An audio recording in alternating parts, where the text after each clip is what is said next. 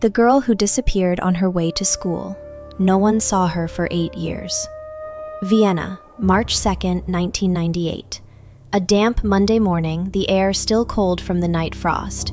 10-year-old Natascha Kampusch walks through the streets of the Donaustadt district with a backpack on her shoulders, wearing a coat slightly too big for her. Today is a special day. After long arguments, her mother has finally allowed her to walk to school alone. A small victory a child can be proud of. At the corner, her attention is drawn to a white van. A man stands by the hood. Ordinary, unremarkable. Short hair, a jacket, a gaze that seems to slide past her. But something about him feels wrong. Natascha doesn't know why. She simply quickens her pace. Then a sudden jerk. The air disappears, a hand over her face. The world collapses into darkness and the smell of motor oil. That is how her morning ends, and a new countdown begins. In a basement where there is no sound, no light. A home that was not a paradise. In 1988, a girl was born in Vienna. Her parents, Ludwig Koch and Brigitte Cerny, were ordinary working-class people. Her father was a baker, her mother a seamstress. They lived in Donaustadt in a modest apartment. Natascha grew up between two worlds. When her parents were together, the house was filled with shouting. When they separated, it was filled with silence, heavy, dense silence. In her book, 3096 Days, Natascha writes about this without embellishment. She remembers the slaps. She remembers her mother's outbursts. She remembers once thinking about jumping out of a window because it seemed easier that way. She was 9 years old. But she does not turn her parents into monsters. She does not offer the reader an easy explanation. You see, home was so terrible that the basement felt like salvation. No, home was complicated, painful, tense. But it was her home, her world. She wanted to grow beyond it, just not the way it happened. The morning that changed everything. March 2nd, 1998 was cold. Natascha woke early, dressed, and left the house. She was 10, and this was her first time walking to school alone. She had fought for that right. She wanted to feel independent, grown up, free. She walked down the familiar street in Donaustadt. A white Mercedes van drove past her. Nothing unusual. Vienna is a large city, vans are everywhere. But the van stopped. A man stepped out. Tall, thin, dark-haired. He spoke to her. What exactly he said is unknown. Natascha does not remember the precise words. She only remembers that at some point she was inside the van. The door closed. The outside world vanished. It happened in seconds. Police began searching immediately. They checked vehicles, questioned hundreds of people, built suspect profiles. At one point, they even stopped a white Mercedes driven by the kidnapper. They inspected the vehicle, spoke with him, and let him go. Because he was polite, calm. He stood out in no way. An ordinary technician living in the quiet suburb of Straßhof an der Nordbahn, 25 kilometers from Vienna. Good reputation, no criminal record, nothing suspicious. Natascha learned this years later. She read the investigation reports and realized she could have been saved. In the first days, the first weeks, but the system failed. Police were looking for a criminal and saw instead an ordinary man. In her book, she writes about it almost without emotion. Yet between the lines, one question remains. What if they had been just a little more attentive? 8 square meters. The basement beneath the garage in Straßhof an der Nordbahn had been prepared in advance. Soundproofed, a metal door, a hatch hidden behind a cabinet, artificial ventilation, everything calculated. The room measured about 8 square meters, no windows, white walls, a bare light bulb on the ceiling, a mattress on the floor, a bucket in the corner. For the first months, Natascha did not go upstairs at all. She spent her days and nights in that room, listening to footsteps above her, doors opening and closing, the television playing, the sounds of ordinary life just out of reach. Wolfgang Pricklapil came regularly. He brought food, little, insufficient. Sometimes he forgot. Once, he did not appear for 3 days. She thought she would starve, but he returned. It was a method of control. When she lost weight, he would say, "See, you are nothing. You are disappearing."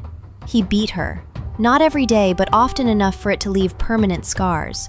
For noise, for attempts to scream, for disobedience. He forced her to work, clean the house, wash the floors, do his laundry. Sometimes she helped him with repairs. She was not only a prisoner, she was unpaid labor. There was also sexual abuse, but Natascha does not describe it in detail, neither in her book nor in interviews. She says only, "It happened. It is part of the story, but I will not turn it into a spectacle." It is her right. Society wants details, proof, sensation, but she sets a boundary. You will receive only what I am willing to give. A man who cannot be reduced to the word monster. Wolfgang Pricklepil was born in 1962. He grew up in a troubled family. His father drank, his mother was violent. He was bullied at school. A withdrawn, strange child in a world that did not try to understand him. As an adult, he became a technician, skilled with electronics and mechanics. He lived alone in the house inherited from his mother, rarely spoke to neighbors, lived quietly, while building an underground prison. Natascha writes about him in a way that unsettles many readers, not as a demon, not as a beast in human form. She writes about him as a complex, sick, dangerous person, but a person. He could be kind. Sometimes he brought her books, allowed her to watch television, bought her new clothes. In those moments, he acted almost like a father. Almost. He could also be cruel.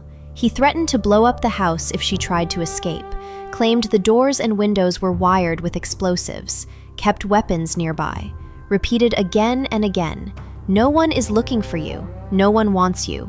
You are worth nothing."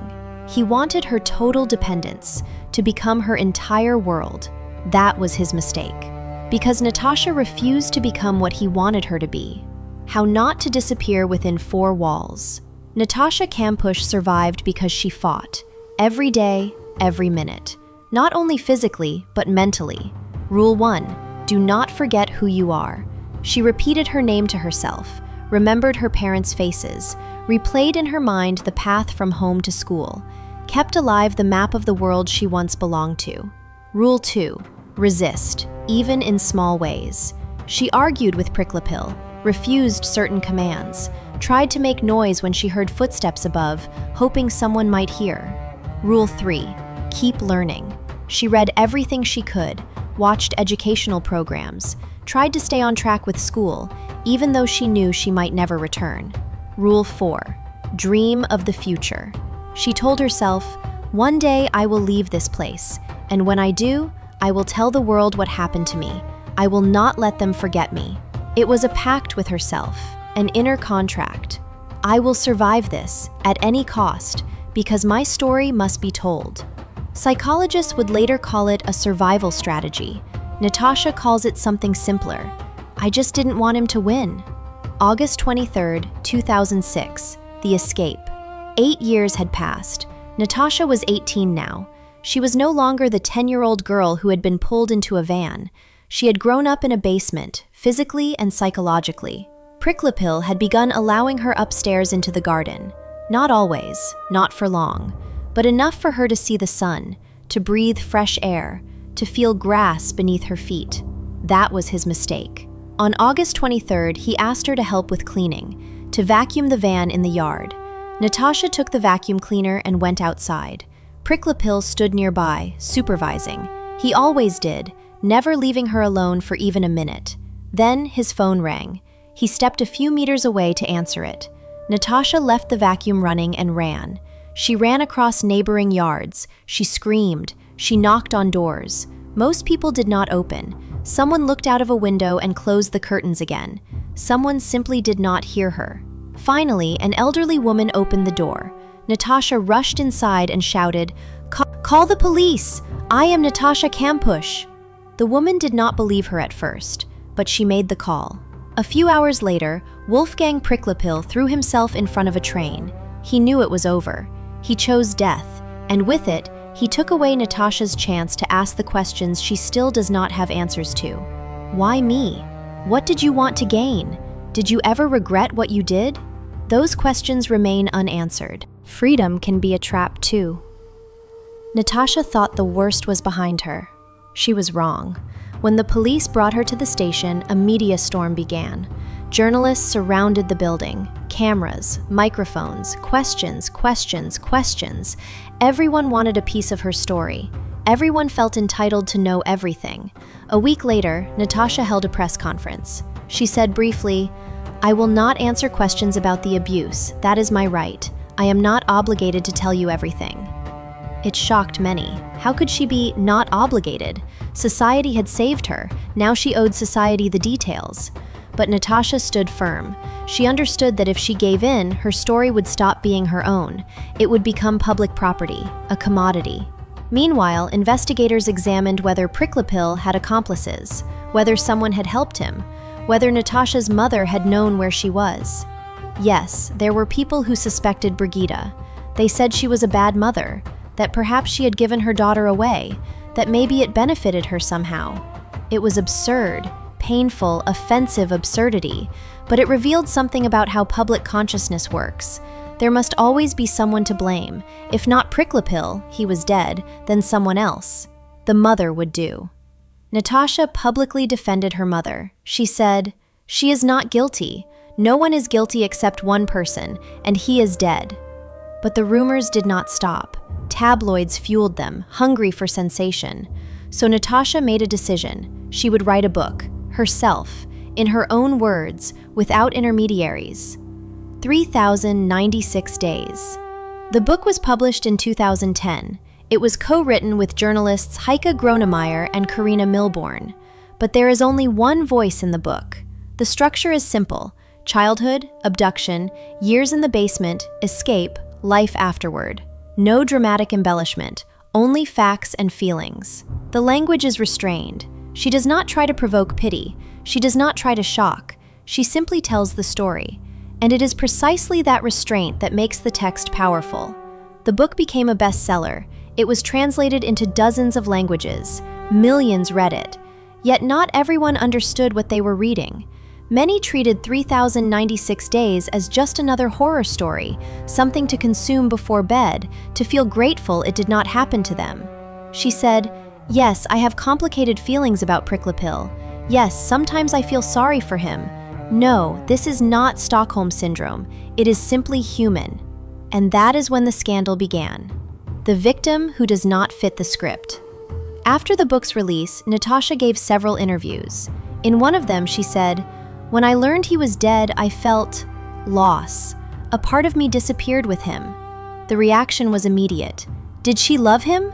Stockholm Syndrome. She's not normal. She tried to explain. For 8 years, that man had been the center of her universe. He was her abuser, her jailer, but also the only person she spoke to. Her world revolved around him. When he vanished, part of that world vanished too. That is not love. It is traumatic bonding. It is complicated.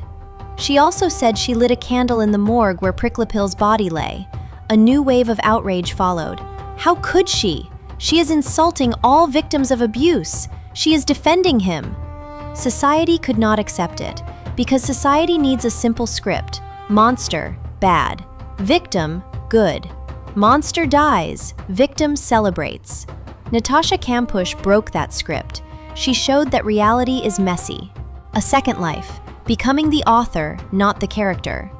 After the book, Natascha tried to build a new life, to dismantle the public image of that girl from the basement and become an ordinary person again. In 2008, she began hosting her own talk show on the Austrian channel Pulse 4. It was called Natascha Kampusch trifft, Natascha Kampusch meets. She invited guests, conducted interviews, discussed social issues. It was an attempt to reverse the narrative. She wanted to be the one asking questions, not the one being interrogated. The show did not last long. Ratings were moderate. At the same time, she dealt with the house in Strasshof under Nordbahn, the very house beneath which her basement had existed for 8 years. After Priklopil's death, the house was to pass to his heirs. But Natascha filed a lawsuit. She demanded compensation for years of forced labor. The court ruled in her favor. The house became hers. What do you do with such a place? Demolish it? Turn it into a museum? Sell it? Natascha chose an unusual path. She kept the house, but had the basement filled with concrete, sealed forever, so that no one could enter again, so that it would never become a tourist attraction of horror. Epilogue: The Girl Who Won. Nearly 20 years have passed since her escape. Natascha is now in her 30s. She lives in Vienna and occasionally gives interviews. Today, Natascha Kampusch is not the girl from the basement. She is a woman who refused to be reduced to someone else's narrative, who took ownership of her story, who said, "My life, my rules, my voice." Society still struggles to forgive her for that. Articles still appear calling her strange, ungrateful, syndromic. There are still those who believe she owes them explanations, details. But Natascha no longer explains. She simply lives. Her story is not unique. That may be the hardest truth to accept, that there are many such cases, and even harder, that many of them will remain unknown.